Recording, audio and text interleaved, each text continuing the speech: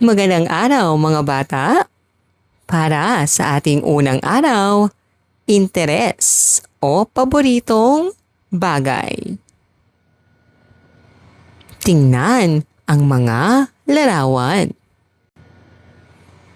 Alin sa mga bagay na ito ang inyong gusto? Mga bata, lahat tayo ay may paboritong bagay. Ang iba ay mahilig sa laruan, libro, o bola. Ang mga bagay na gusto natin at kinagigiliwan ay tinatawag na interes o paboritong materyal na bagay.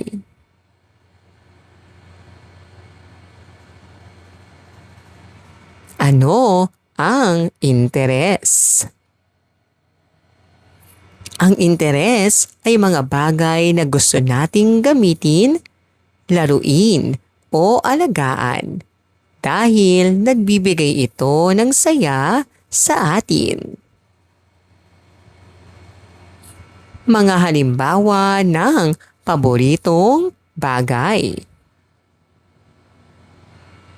Mga manika at bola. Libro at krayola, bag at bisikleta, gitara at cellphone.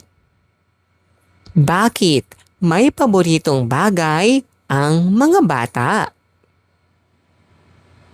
Una, ito ay nagbibigay saya.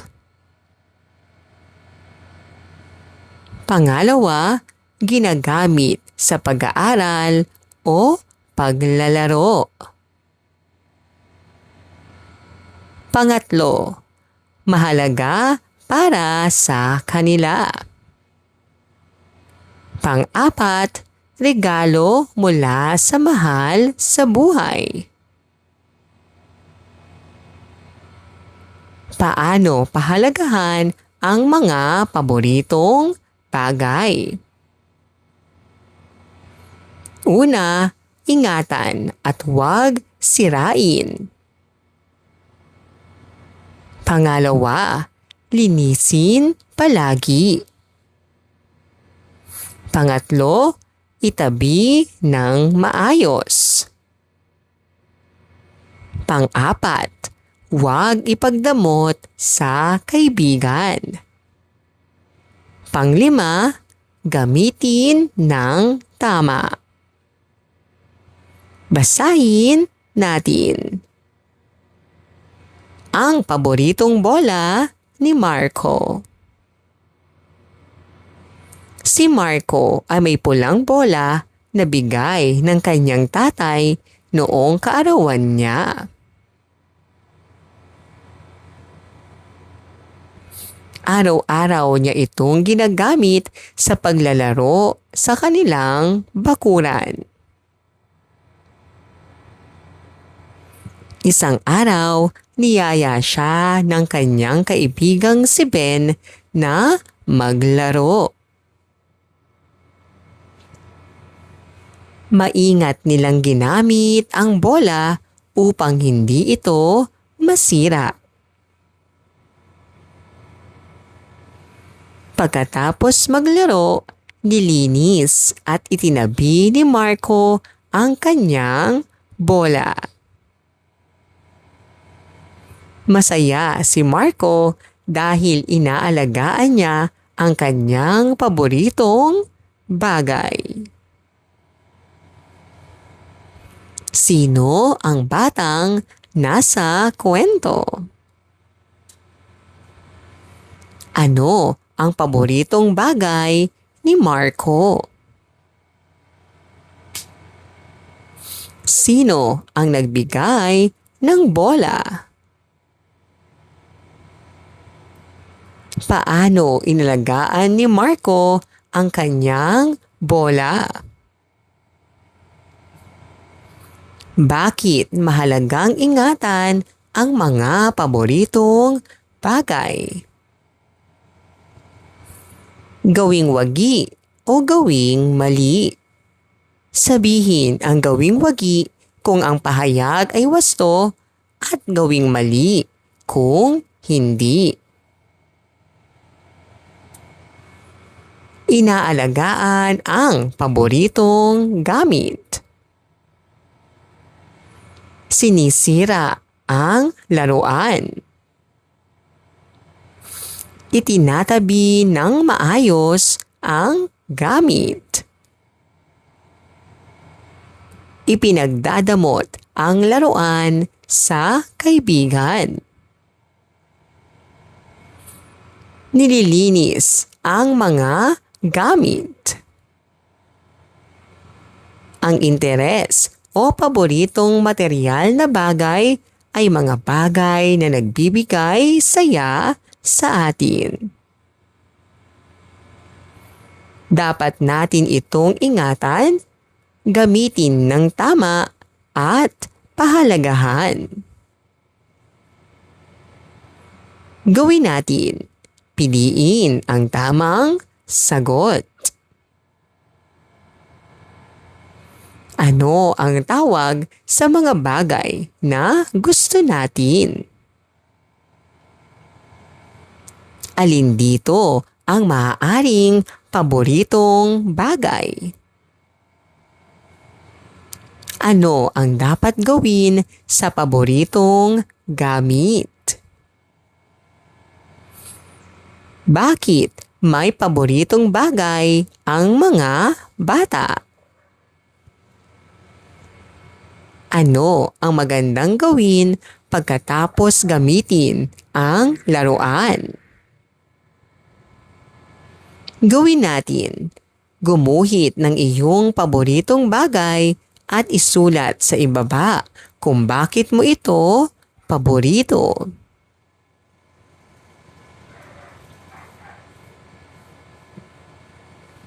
Ikalawang araw, interes sa laro at pampalakasan. Hulaan ang laro. Hulaan ang larong ipinapakita ng larawan.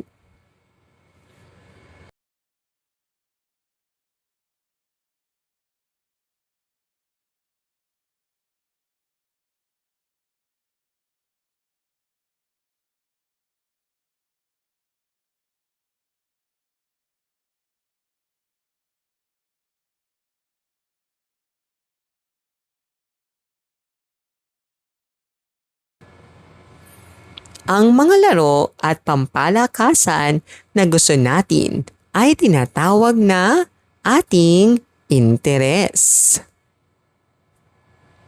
Ano ang interes sa laro at pampalakasan? Ito ay mga laro o sport na gusto nating salihan o laruin dahil nagbibigay ito ng saya at ehersisyo. Mga halimbawa ng laro. Patintero at taguan. Piko at tumbang preso. Luksong baka at sack race. Mga halimbawa ng pampalakasan. Basketball at volleyball. Badminton at paglangoy. Takbuhan at gymnastics. Bakit mahalaga ang paglalaro at pampalakasan? Una, nagpapalakas ito ng katawan. Pangalawa, ito ay nagbibigay ng saya. Pangatlo, nagkakaroon ka ng maraming kaibigan. Pang-apat, natututong sumunod sa patakaran. At panglima, natututong makiisa sa iba. Tamang ugali sa paglalaro.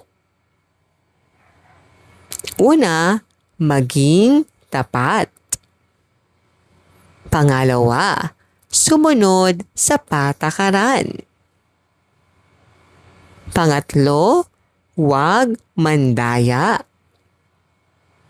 Pang-apat, maging mabait sa kalaro.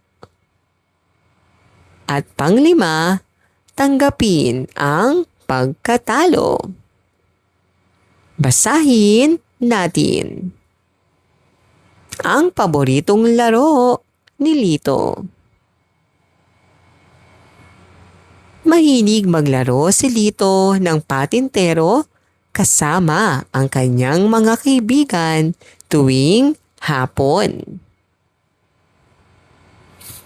Masaya siyang tumatakbo at umiiwas sa bantay.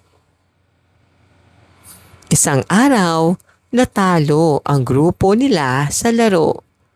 Nalungkot si Lito, ngunit hindi siya nagalit.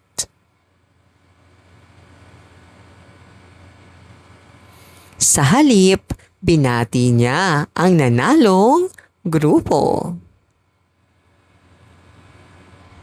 Kinabukasan ay muli silang naglaro at mas lalo silang nagsaya. Natutuhan ni Lito na ang mahalaga sa laro ay pakikipagkaibigan at kasiyahan. Sino ang batang nasa kwento? Ano ang paborito niyang laro? Ano ang ginawa niya kahit natalo sila?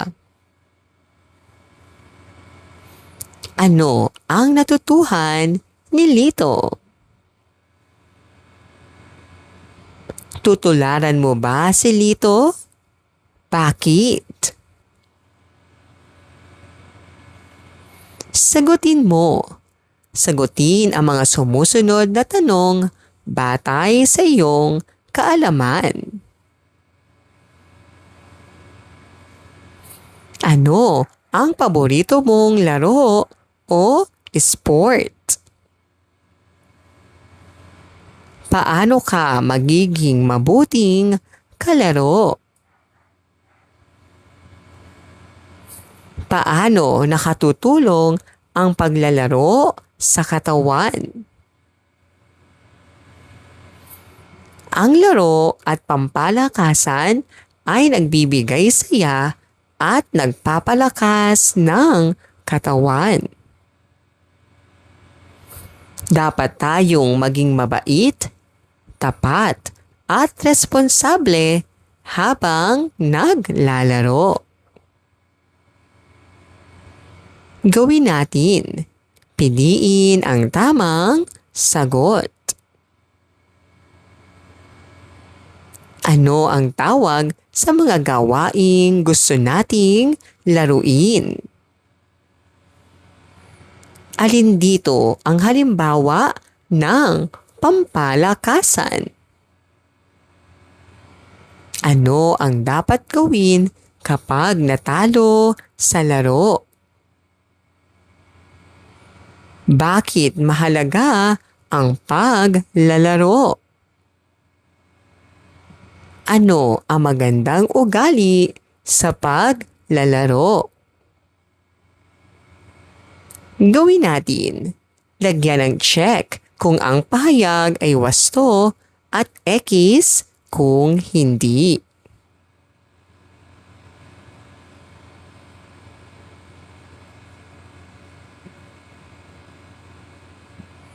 Gawin natin.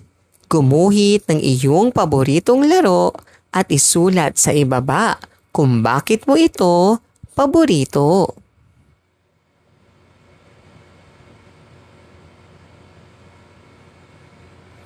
Ikatlong araw. Interes sa masining na gawain. Tingnan ang mga larawan. Alin sa mga talentong ito ang mayroon ka? Mga bata, lahat tayo ay may gustong gawin. Ang iba ay mahilig umawit, gumuhit, o sumayaw.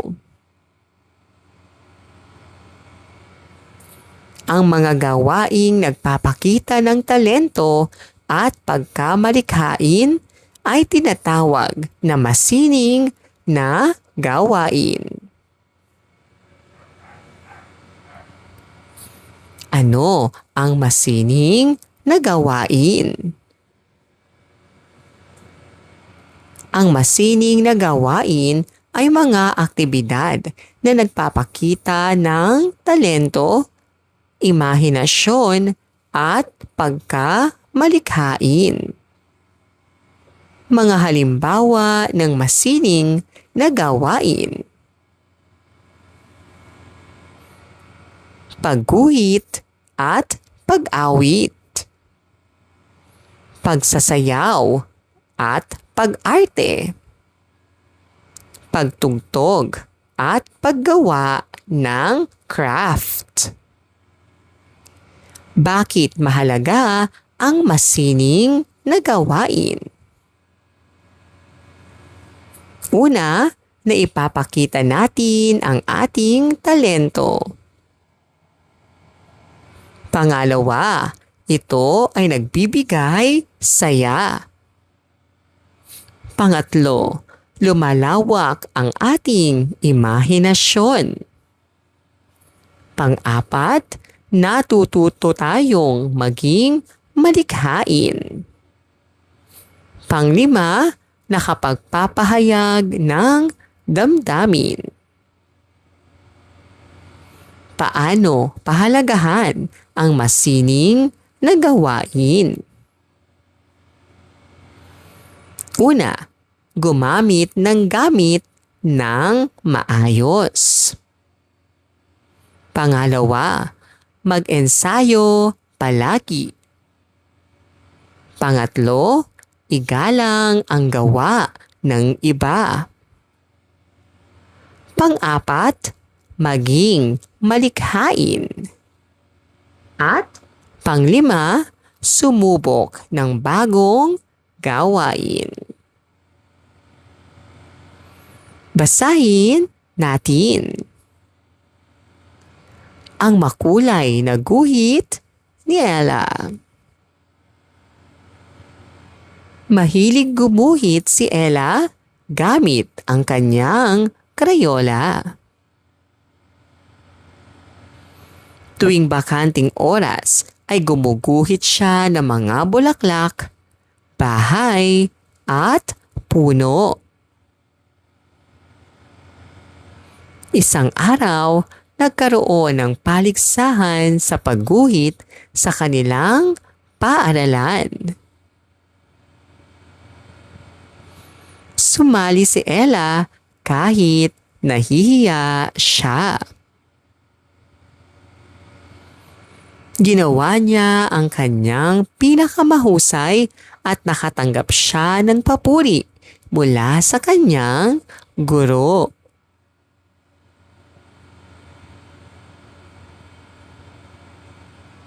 Masayang-masaya si Ella dahil naipakita niya ang kanyang talento sa pagguhit.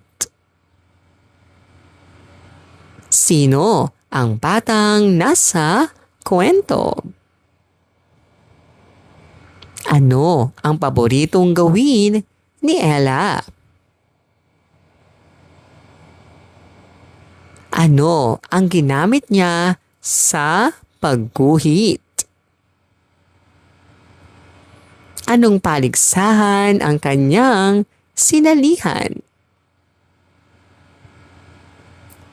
Bakit naging masaya si Ella?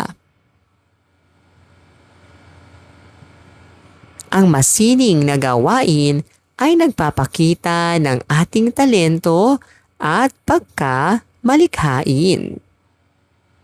Dapat nating pahalagahan at pagbutihin ang ating kakayahan. Gawin natin. Piliin ang tamang sagot. Ano ang tawag sa mga gawaing nagpapakita ng talento? Alin dito ang halimbawa ng masining na gawain? Ano ang ginagamit sa pagguhit? Bakit mahalaga ang masining na gawain? Ano ang dapat gawin sa gawa ng iba? Gawin natin. Lagyan ng check kung ang pahayag ay wasto at X kung hindi.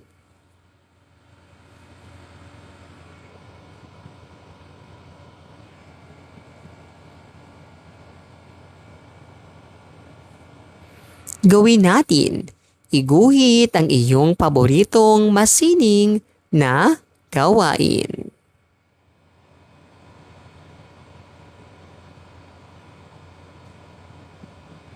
Ika-4 na araw, ang aking gusto sa aking paglaki.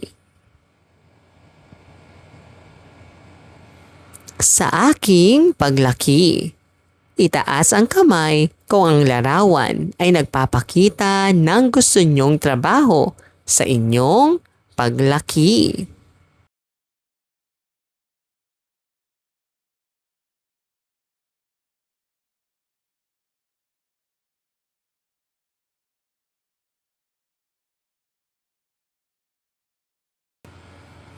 Mga bata, paglaki ninyo ay magkakaroon kayo ng trabaho o propesyon. Ang iba ay gustong maging guro, doktor o pulis. Ang ating mga pangarap at gustong marating sa buhay ay mahalagang bahagi ng ating interes. Ano ang gustong maging paglaki? Ito ay ang trabaho o propesyong nais nating makamit sa hinaharap. Mga halimbawa ng gustong maging paglaki. Doktor at guro. Pulis at bumbero. Nurse at sundalo. Kusinero at inhinyero. Bakit mahalaga ang pangarap? Una, ito ay nagbibigay inspirasyon. Pangalawa, nagtuturo ng sipag at tiyaga. Pangatlo, tumutulong upang magsikap sa pag-aaral. Pang-apat, nagbibigay direksyon sa buhay. Pang-5, nakakatulong sa kapwa at komunidad. Paano maabot ang pangarap? Una, mag-aral ng mabuti. Pangalawa, maging masipag. Pangatlo, sumunod sa magulang at guro. Pang-apat, maging mabait at responsable. At pang-5, huwag sumuko. Basahin natin. Ang pangarap ni Rosa. Si Rosa ay mahilig tumulong sa mga may sakit. Kapag may nasusugatan sa kanilang bahay, agad siyang kumukuha ng bulak at benda.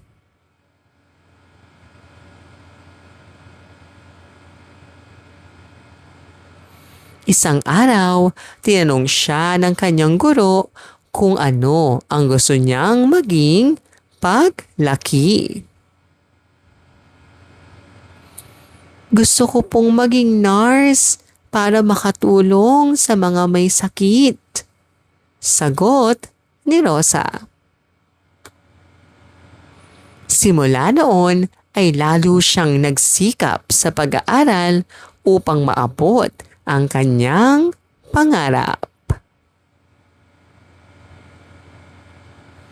Sino ang bata sa kwento? Ano ang hilig gawin ni Rosa? Ano ang gusto niyang maging paglaki? Bakit niya gustong maging nurse? Ano ang ginawa niya upang maabot ang kanyang pangarap? Sagutin mo. Sagutin ang mga sumusunod na tanong batay sa iyong kaalaman. Ano ang gusto mong maging paglaki? Bakit mo ito gusto sa iyong paglaki? Paano ka makapaghahanda para sa iyong pangarap? Ano ang gagawin mo kung mahirapan kang maabot ang iyong pangarap? Ang ating mga pangarap ay nagbibigay inspirasyon upang magsikap at mag-aral ng mabuti.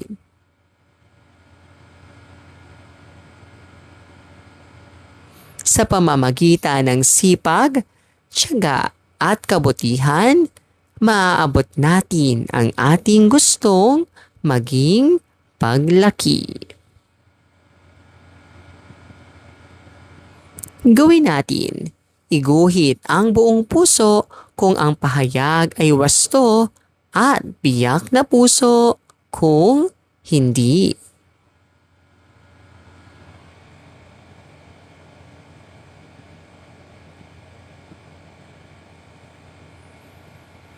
Gawin natin.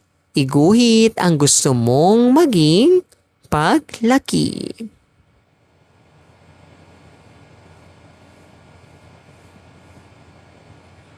Maraming salamat po sa inyong panonood at pakikinig. Hanggang sa muling pag-aaral ng asignaturang Makabansa. Paalam!